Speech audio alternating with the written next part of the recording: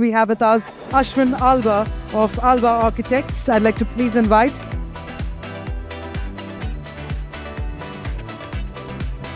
This is a very small project. There are no great complexities in its program nor in its engineering.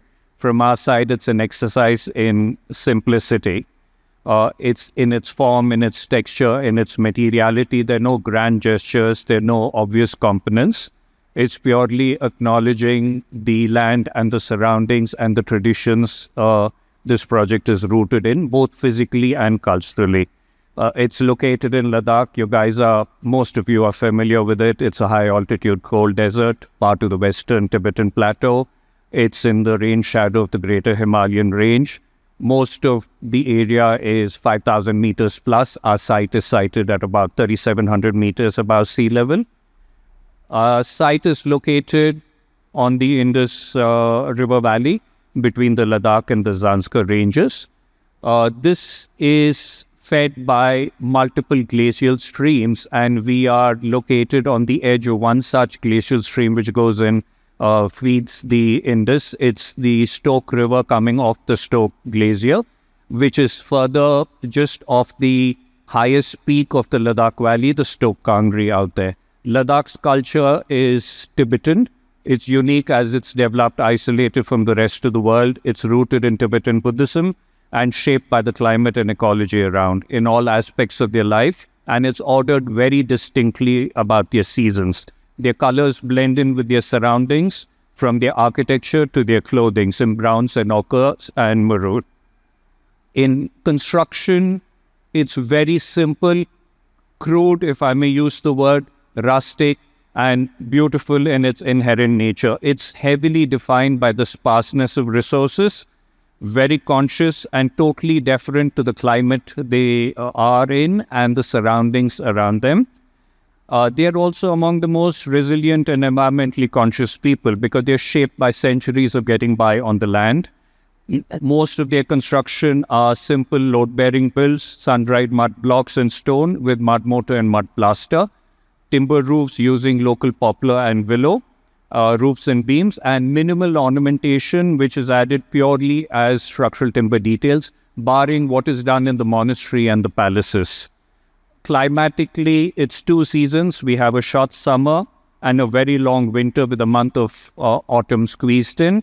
Temperature variations from nowadays around plus 30 degrees Celsius to lows of minus 30 degrees Celsius, all extremely dry and with intense sun because of the thin air. Due to the increased precipitation and relative convenience to build, most of the local people have started shifting towards conventional frame structures, RCC builds, not at all suitable for their climate, not at all suitable for their way of life out there. Our aim for this project was to build traditionally, build with locally available materials, but with a far more thermally efficient envelope than what they lived in traditionally, with modern day services incorporated, waterproofing systems which are rated to minus 30 degrees Celsius but easily installed by local semi-skilled teams. These are our site zoning sketches of how we went about the process of siting the blocks, keeping the sun path in mind, keeping the views in mind, and the existing willow groves. We are building inside a 100-plus-year-old, an orchard full of 100-year-old willow trees out here. These are, again, site zoning sketches as we developed it in our design language. These are snaps of the site through the years. So being fed off glacial streams, they're very clear, distinct, these things. It's brown for 3-4 months of the year.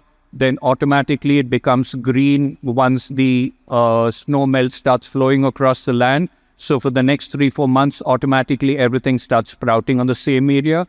And then it is white for the next 3 months again, and the cycle is repetitive. So our focus was not to touch the topography of the land. We wanted to keep our intervention very minimal, site the buildings, clear and move out, and the land remains as is. We broke the program into 2 different parameters. So discussing with the client, we developed it as an all-weather hotel. So there are 10 suites, which are rooms which are set in around the willow orchard. among the willow trees in the groves. And then we created a separate subcluster of a mini hotel within a hotel. So it's 5 what we call all-weather rooms attached with a secondary kitchen, which will pop up from winter periods onwards as a traditional Ladakhi kitchen. So in their traditional homes, from the sunroom, they used to move down in the winter months, and all their lives are lived around the central kitchen, the cooking clay stove which they have, and they spend their entire winter period in that. And this was the same basis of being able to create an environment where at minus 25 or 30 degrees Celsius outside, you're able to get up, get out of bed, go walk out and have a meal without having to step out, but in an extremely compact and efficient envelope, keeping our heating costs in mind.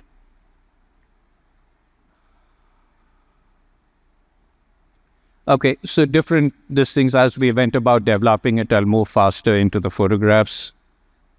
Setting in along with the grade of the land, the all-weather rooms, the courtyards, sketches.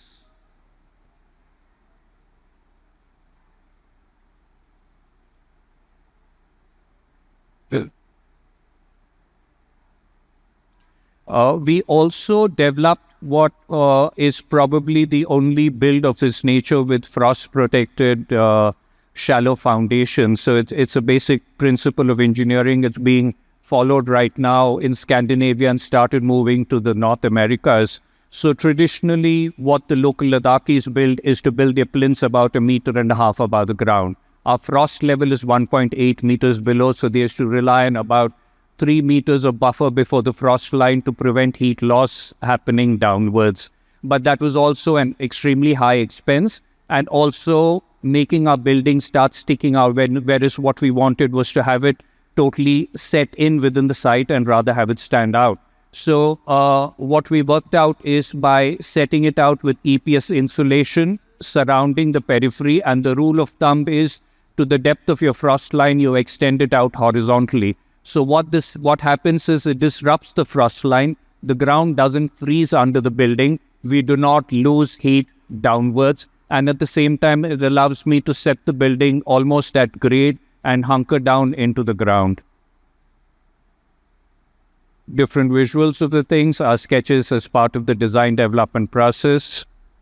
These are the rooms which we set up within the willow groves out there. Again, the basic rules: keeping our north as solid, creating the thermal mass towards the north, no heat loss towards the north, heavily insulated towards the north, keeping the sunrooms towards the south out there, creating an area where we're able to trap heat and then transmit it further inside to the central area of the bedroom. And this was further supplemented with floor heating systems using heat pumps and a complete level, 150 millimeters of dense deck on the rooftop, cavity walls, 400 thick mud wall masonry with cavities with 100 glass wool insulation, completely wrapping the envelope around. Same sketches how it is, including controlling the extent of heat, especially with peak summer heat becoming more and more intense these days. Construction totally with materials locally sourced, mud blocks dug out at site, cleaned and sun-dried on site, stone which was brought from a quarry 4 kilometers away.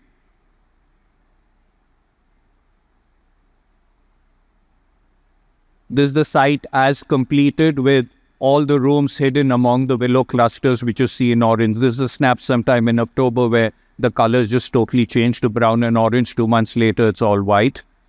During construction, it was a mixed team of people. We had Sherpa stonemasons, the only people who do stonemasonry nowadays in that area, local Ladakhi masons who work with the sun-dried mud blocks, and a team of carpenters who worked along with that, all extremely skilled in their own way, but none of them could read drawings and were refusing to talk to each other. It was an exercise of getting them all working together to build. In the complete build, there's no cement, no steel, whatever used, the timber forms the structural roofing system out here.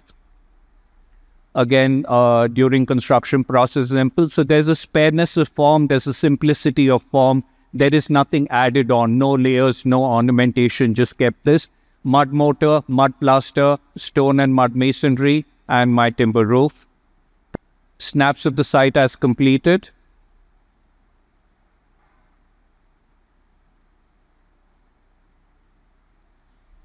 So say.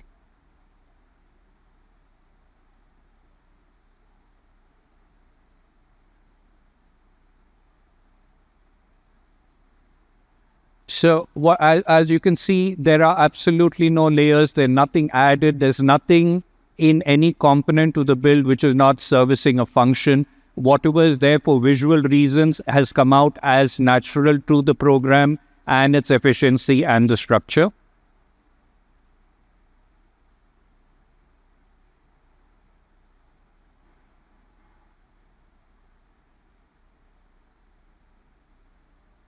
Saying. Think we are done. Sorry. Yep, that's it. All right. Thank you.